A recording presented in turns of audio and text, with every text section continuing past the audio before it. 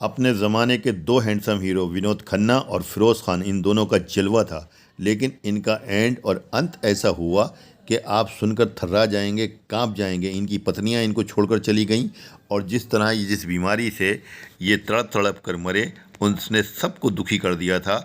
और इस तरह विनोद खन्ना और फिरोज़ खान में दोनों में इतनी दोस्ती की कि दोनों की मौत का दिन भी एक ही था। देखिए हमारी ये ख़ास रिपोर्ट जो हमने इसमें तैयार की है, फिरोज़ खान और विनोद खन्ना को लेकर के इनकी दोस्ती के किस्से हैं। इसके अंदर कहाँ से शुरुआत हुई है, इसमें वो सब कुछ है। और किस तरह से इनकी पत्नियों ने इनको छोड़ा, वो सब कुछ मिलेगा इसमें आपको। और किस तरह से इन्होंने कामयाबी की सीढ़ियाँ तय करी, वो भी सब कुछ मिलेगा। जब फिरोज़ खान का राजकुमार से पंगा हुआ था तो उन्होंने कहा था कि इस गंजे को समझा लो, नहीं तो मैं इसकी विग उतार दूंगा। वो सब इसके अंदर में आपको देखने का मिलेगा। बस बने रहिए इस वीडियो में शुरू से लेके आखिर तक मेरे दोस्तों। मैं आरिफ खान एक बार फिर क्राइम एक्सप्रेस न्यूज़ रूम से आपके सामने नए मुद्दों और ताज़ा खबरों के साथ। में दो अभिनेताओं का सिक्का चला करता था। 60 का दशक हो या 70 का या फिर 80, दोनों सितारे उन दिनों बॉलीवुड के बेताज बादशाह हुआ करते थे। हम बात कर रहे हैं दो जिगरी दोस्तों विनोद खन्ना और फिरोज खान की। उस दौर में दोनों स्टार्स के लिए दीवानगी ऐसी हुआ करती कि इनकी नई फिल्म आते ही लोग सिनेमा घरों में लाइन लगाए रहते। मगर क्या आपको खबर है कि इन दोनों महान अदाकारों का अंत कितना दर्दनाक हुआ था? चलिए हम आपको बताते हैं दोनों बॉलीवुड में कैसे पहुंचे और दोनों की दर्दनाक मौत से जुड़े ऐसे रहस्य जो आपको हैरान कर देंगे। बॉलीवुड में अगर दोस्ती की मिसाल दी जाती है तो सबसे ऊपर दो ही नाम आते हैं, विनोद खन्ना और फिरोज खान। ऐसे जिगरी दोस्त जिनकी मौत ने भी दोस्ती निभाई। सबसे पहले बात करते हैं विनोद खन्ना की। वो स्टार जिसने संन्यास न लिया होता तो राजेश खन्ना के बाद अगला सुपरस्टार अमिताभ बच्चन नहीं, विनोद खन्ना होते। 6 अक्टूबर 1946 को पेशावर में जन्मे, जो अब पाकिस्तान में है। अगले ही साल बंटवारा हुआ तो पिता किशन चंद खन्ना, पत्नी कमला खन्ना और विनोद को लेकर भारत चले आए और बंबई में बस गए। शुरुआती पढ़ाई नासिक के बोर्डिंग स्कूल में हुई, फिर कॉमर्स से ग्रेजुएशन के लिए सिडहैम कॉलेज में एडमिशन ले लिया। अब सुनिए विनोद के बॉलीवुड में पहुंचने का रोचक किस्सा। बात उन दिनों की है जब विनोद खन्ना 18-19 साल के थे। पिता का लंबा चौड़ा टेक्सटाइल्स और केमिकल का बिजनेस, पैसों की कोई कमी नहीं। ऐसे में कॉलेज में पढ़ते थे और हर हफ्ते अपने दोस्तों के साथ पार्टी किया करते। उनकी दोस्त हुआ करती अंजू महेंद्रू, जिनकी फिल्मी हस्तियों से भी पहचान थी। एक बार अंजू ने एक पार्टी दी और युवा लड़कों के साथ ही सुनील दत्त को पार्टी में बुला लिया। सुनील को युवा लड़कों की पार्टी में आने में बड़ी दिलचस्पी हुआ करती। वो पार्टी में पहुंच गए। यहीं पर पहली बार उन्होंने विनोद खन्ना को देखा। इतने हैंडसम कि सुनील दत्त पास गए और बोले, मेरी फिल्म में हीरो बनोगे?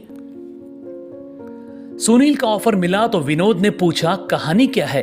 दत्त साहब बोले, 2 हीरो की फिल्म है, एक लीड रोल तुमको देता हूं, दूसरा किरदार मेरा भाई करेगा। असल में सुनील दत्त का एक सगा भाई था, सोम दत्त। वो फिल्म प्रोडक्शन में उनका असिस्टेंट रहता था। बाद में सोम दत्त भी हीरो बनने की जिद कर बैठा। उसी को लॉन्च करने की तैयारी सुनील दत्त कर रहे थे। विनोद ने हाँ तो बोल दी, मगर नसीब देखिए, वो 2 हीरो वाली स्क्रिप्ट सुनील दत्त से खो गई। अब वो किसी दूसरी स्क्रिप्ट को तलाशने लगे तो उनको एक ऐसी कहानी वाली स्क्रिप्ट मिली जिसमें एक हीरो होता है जबकि दूसरे हीरो का रोल सेमी निगेटिव होता है। सुनील दत्त ने सेमी निगेटिव रोल वाले किरदार की बात विनोद को बताई तो उन्होंने हाँ बोल दी। इसके बाद विनोद पहुंचे पिता के पास, बोले मैं हीरो बनने जा रहा हूं। करोड़ों का लंबा चौड़ा खानदानी बिजनेस छोड़कर बेटा भाड़गिरी करेगा। सुनते ही पिता का पारा चढ़ गया और घर में हड़कंप मच गया। पापा ने पहले तो साफ मना कर दिया, मगर बेटे की जिद देखकर पिता ने एक शर्त पर मौका दिया कि फिल्म नहीं चली तो फिर सिनेमा का नाम न लेना। बस मौका मिलते ही विनोद ने शूटिंग शुरू कर दी। 1968 में फिल्म आई मन का मीत।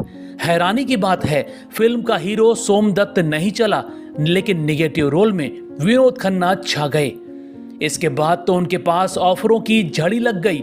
सबसे खास बात थी कि वो पहले अभिनेता थे जिनको विलेन और हीरो दोनों किरदारों में फिल्में मिलने लगी। खासकर इंस्पेक्टर के किरदार उनको खूब मिला करते, जैसे 1970 में मस्ताना और सच्चा झूठा हो, या 1971 में आई जाने अनजाने। मगर जिस फिल्म ने उनके करियर को सबसे बड़ा उछाल दिया वो 1971 में आई। डायरेक्टर राज खोसला धर्मेंद्र के साथ फिल्म बनाने जा रहे थे। उसमें डाकू के किरदार में कोई ऐसा अभिनेता चाहिए था जो धर्मेंद्र को टक्कर दे सके। खोसला साहब की नजर एक बार विनोद खन्ना पर पड़ी और उनको धर्मेंद्र के मुकाबले वही समझ आए। बस विनोद को खतरनाक डाकू का रोल मिल गया। फिल्म आई मेरा गांव मेरा देश। डाकू जब्बार सिंह के रोल में विनोद खन्ना ऐसे छा गए कि लोग फिल्म के हीरो धर्मेंद्र तक को भूल गए थे। फिर कभी विनोद ने पीछे मुड़कर नहीं देखा। फिर 70 के दशक में अमिताभ बच्चन और विनोद खन्ना की जोड़ी ने पूरे बॉलीवुड में कोहराम मचा दिया था। हेरा फेरी, परवरिश, खून पसीना, अमर अकबर एंथोनी और मुकद्दर का सिकंदर जैसी सुपरहिट फिल्मों ने तहलका मचा दिया। उस दौर में विनोद और अमिताभ दोनों का स्टारडम करीब करीब बराबर हो गया था। कोई भी अगला सुपरस्टार बन सकता था। मगर अचानक विनोद खन्ना ने बॉलीवुड छोड़कर संन्यास ले लिया। वो रजनीश ओशो के शिष्य बन गए और सब छोड़ छाड़कर उनके आश्रम में माली बन गए। पत्नी गीतांजलि ने 1985 में तलाक दे दिया और दोनों बच्चे अक्षय और राहुल भी बेसहारा हो गए। फिर सालों बाद संन्यास से मोह भंग हुआ तो फिल्मों में वापसी की राह तलाशने लगे। इस समय दोस्त की मदद करने फिरोज खान आगे आए और उनकी वापसी के लिए दयावान फिल्म बनाई। इसी बीच विनोद को इंसाफ फिल्म भी मिली। दोनों फिल्में हिट हो गई। फिर चांदनी आई और विनोद खन्ना दोबारा स्टार बन गए। एक बार वो पार्टी में गए थे, वहां खुद से 16 साल छोटी लड़की कविता से प्यार हो गया। 1990 में दोनों ने शादी कर ली। कुछ सालों बाद विनोद भाजपा के साथ राजनीति करने लगे, सांसद बने और मंत्रालय भी मिला। मगर दोस्तों, इस महान अभिनेता का अंत बहुत बुरा हुआ। राजनीति और फिल्में दोनों को बखूबी संभालते संभालते अचानक उनकी तबीयत खराब होने लगी। शरीर में बहुत कमजोरी आने लगी। पहले तो लगता कि खुद ही तबीयत सही हो जाएगी, मगर जब कमजोरी बढ़ने लगी तो डॉक्टर के पास पहुंचे। चेकअप करवाया तो हैरान करने वाली रिपोर्ट आई। विनोद खन्ना को ब्लड कैंसर हो गया था और किसी को पता ही नहीं था। इसके बाद इस महान अदाकार का ऐसा बुरा दौर शुरू हुआ जो भगवान किसी को ना दिखाए। कैंसर की परेशानी झेलते रहे। शरीर में दर्द से लेकर हर वो दिक्कत जो जीना मुश्किल करती जा रही थी। एक समय तो ऐसा आया कि लंबे चौड़े विनोद खन्ना को कैंसर ने गलाकर हड्डियों का ढांचा बना डाला। बीमारी का जितना इलाज करवाया वो उतनी ही फैलती गई और फिर एक दिन हालत बहुत बिगड़ गई तो मुंबई के अस्पताल में भर्ती करवाया गया। यहाँ कई महीनों तक वो भर्ती रहे और आखिरकार 27 अप्रैल 2017 के दिन कैंसर से तड़प तड़प कर उनकी मौत हो गई। अब बात करते हैं दूसरे सदाबहार अभिनेता की, जो थे फिरोज खान। वो एक्टर जो हॉलीवुड के कल्चर को बॉलीवुड तक लेकर आया था। 25 सितंबर 1939 को बेंगलोर में पैदा हुए फिरोज, माँ फातिमा ईरानी तो पिता सादिक अली अफगानी। वैसे फिरोज का असली नाम जुल्फिकार अली शाह खान था। वैसे तो ये कुल 5 भाई थे, मगर 3 भाई फिल्मों से जुड़ गए इसलिए मशहूर हो गए। सबसे बड़े फिरोज, फिर संजय और सबसे छोटे अकबर खान। पिता का घोड़ों का कारोबार था। फिरोज को घुड़सवारी का शौक, बस पढ़ाई लिखाई में मन नहीं लगता। दिन भर घोड़ों की सवारी किया करते। पढ़ाई में इतने फिसड्डी कि उनको स्कूल वाले ही निकाल दिया करते। 3 बार उनको स्कूल बदलना पड़ा। इस वजह से सारे भाइयों में सबसे ज्यादा डांट उनको ही पड़ती। बस एक ही शौक था, हॉलीवुड और बॉलीवुड की फिल्में देखने का। अशोक कुमार को पहली बार फिल्म किस्मत में देखा, बस उसी दिन से उनके दीवाने हो गए। थोड़ा बड़े हुए तो ठान लिया कि अब तो हीरो ही बनना है। 1956 के आसपास की बात है। 17-18 साल के रहे होंगे। पढ़ाई खत्म कर सीधा निकल गए बम्बई हीरो बनने, मगर वहां ऐसे धक्के खाए कि थक हार कर वापस लौट आए। एक बार फिर हिम्मत कर बम्बई आए, खूब काम तलाशा, लेकिन किसी ने मौका नहीं दिया। फिर कुछ महीनों बाद जब तीसरी बार माया नगरी पहुंचे तो एक दो छोटे मोटे किरदार तो मिले, लेकिन कब आए कब गए वाले। फिर एक दिन किस्मत खुल गई। डायरेक्टर के नारायण काले सुनील दत्त के साथ फिल्म बनाने जा रहे थे। उसमें उनके दोस्त का एक रोल था।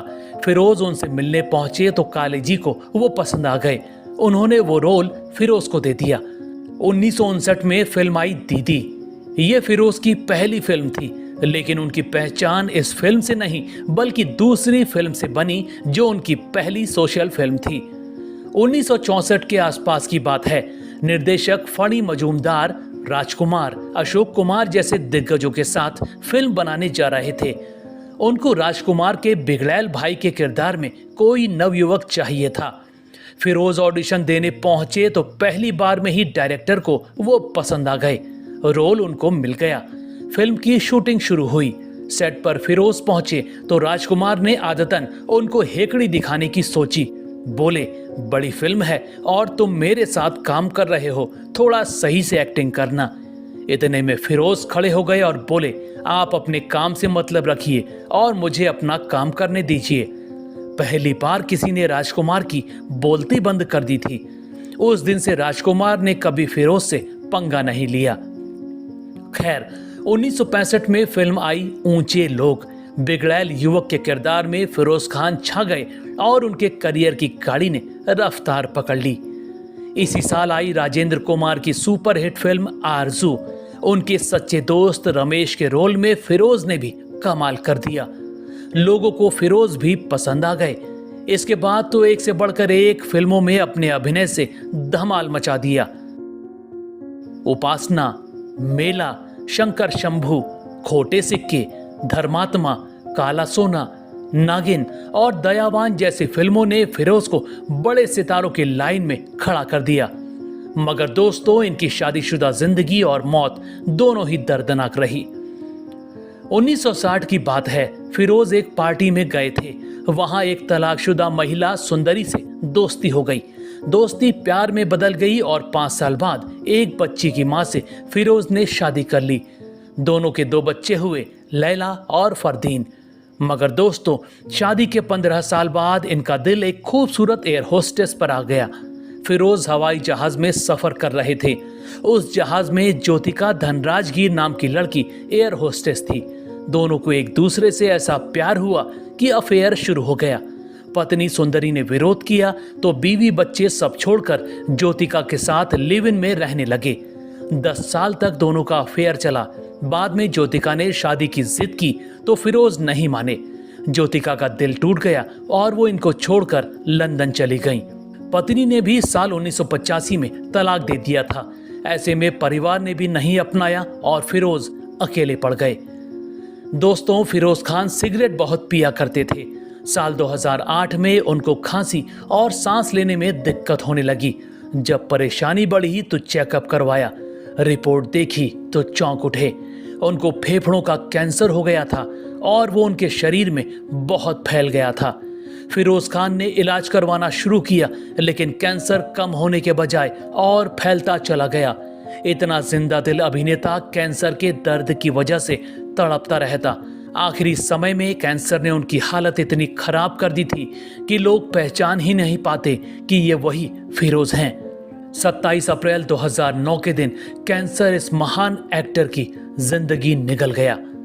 हैरानी इस बात की है कि विनोद खन्ना और फिरोज खान दोनों की मौत की तारीख भी एक ही थी, 27 अप्रैल। इतना ही नहीं, कैंसर ने ही दोनों की जिंदगी खत्म की। वीडियो अगर पसंद आई हो तो लाइक कीजिए, शेयर कीजिए और चैनल को ज़रूर सब्सक्राइब कीजिए ताकि डायरेक्ट नोटिफिकेशंस आप तक पहुंच